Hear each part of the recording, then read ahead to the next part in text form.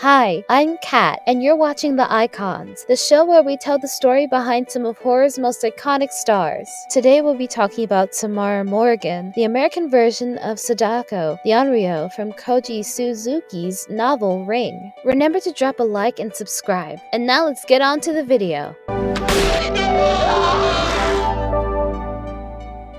In 1970, a woman named Evelyn Osorio was held captive in the basement of a sexually perverted priest named Burke. Burke sexually assaulted her under captivity, which eventually impregnated Evelyn. Evelyn escaped captivity after 8.5 months and fled to the Christian hospital to give birth. Evelyn soon gave birth to a baby girl named Samara, who ceased to cry and was born with strange supernatural abilities. It's unknown where these abilities came from since both of her biological parents were fully human, but it was most likely that she was a human incarnation of a demon spirit that resides within the waters, which Evelyn lived in constant fear of. Shortly after her birth, Evelyn claimed to hear voices in her head telling her that the only way to get rid of the evil spirits residing within Samara was by drowning her. Whether these voices came from her conscience or from Samara telepathically telling her to do so is unknown. Evelyn eventually decided to drown the baby girl in the fountain outside the hospital, but a group of nuns caught her in the act and seized the baby away. Samara was put up for adoption, whilst her mother was institutionalized.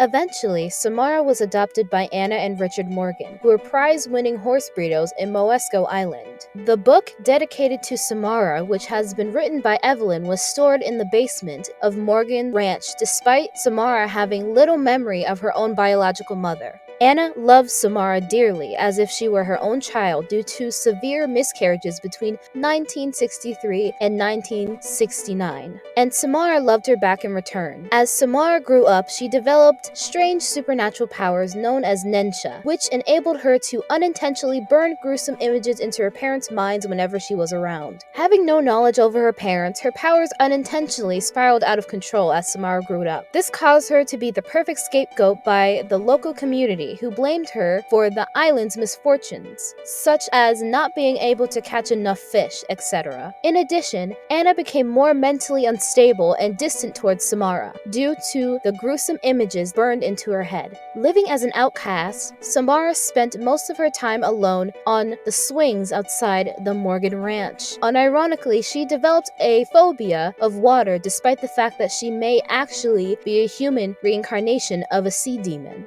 Anna consoled Dr. Garsnick, a local doctor, about gruesome images in her head. But being unable to help her, Dr. Garsnick referred both Anna and Samara to Ayola Psychiatric Hospital. Under 24/7 surveillance, Anna was treated for depression and suicidal thoughts, while Samara's powers were being observed by a psychiatrist named Dr. Scott. During her stay in Ayola Psychiatric Hospital, Samara was unable to sleep and displayed her Nensha by burning images onto transparent film, which Dr. Scott used as evidence for her powers. Scott records the psychiatric session on camera and asks Samara how she was able to perform her powers, but she gave cryptic answers such as "I see them" or "they just are." She also presumes that Sara doesn't truly want to hurt anyone with her powers, but she sinisterly confesses to him that her powers are too strong and that she won't stop hurting others, indicating that she is slowly becoming a psychopath. The recording abruptly ends on static, and it was presumed that Samara killed Dr. Scott with her powers. His murder was further hinted when Samara mentally compares him to a centipede, viewing him as a pest that needed to be exterminated.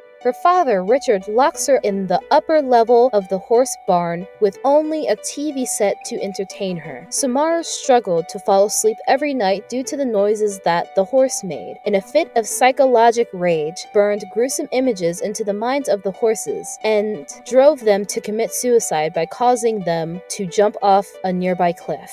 The mass suicide was considered to be an epidemic, and the Morgans later became the center of unwanted media attention. According to severe news reports, about 36 horses were killed in this bizarre mass suicide. The horse barn was quarantined by authorities, but none of them were aware of Samara's presence. Depressed over the loss of the horses, Anna was sent back to Ayola Psychiatric Hospital. Anna was eventually released from the hospital 5 days later, and as a way to relieve themselves from the recent tragedies, the family decided to travel to Shelter Mountain Inn for a vacation. While Samara stood beside the well in Shelter Mountain Inn, Anna finally snapped and suffocated her with a black garbage bag and threw her down the well, in order to stop her from mentally tormenting her and the horses. Anna later became horrified by her actions and committed suicide by jumping off a nearby cliff out of remorse. Meanwhile, Samara tried to crawl out of the well but broke her fingernails in the process as the stone lid slowly covered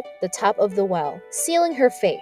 She eventually died due to drowning after spending 7 days in the well. After Samara died, the horses in Morgan Ranch returned to normal, but Richard decided to stop breeding them. Meanwhile, the rest of the citizens in Meixsell Island seem to be relieved that they won't be able to encounter Samara's troubling presence ever again. Dr. Garsnick even admitted herself that things have been better ever since Samara's death.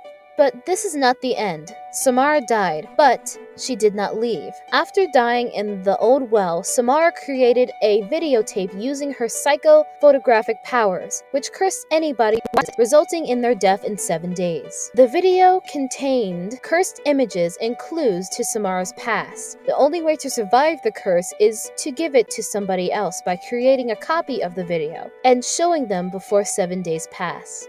That has been the story of Samara Morgan. For more lore and history on horror's biggest baddies, stay tuned to Classic VHS Horror. Thanks for watching.